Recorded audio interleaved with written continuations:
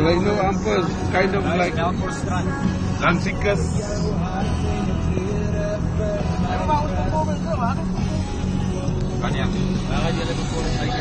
Awee, so op die roadtrip.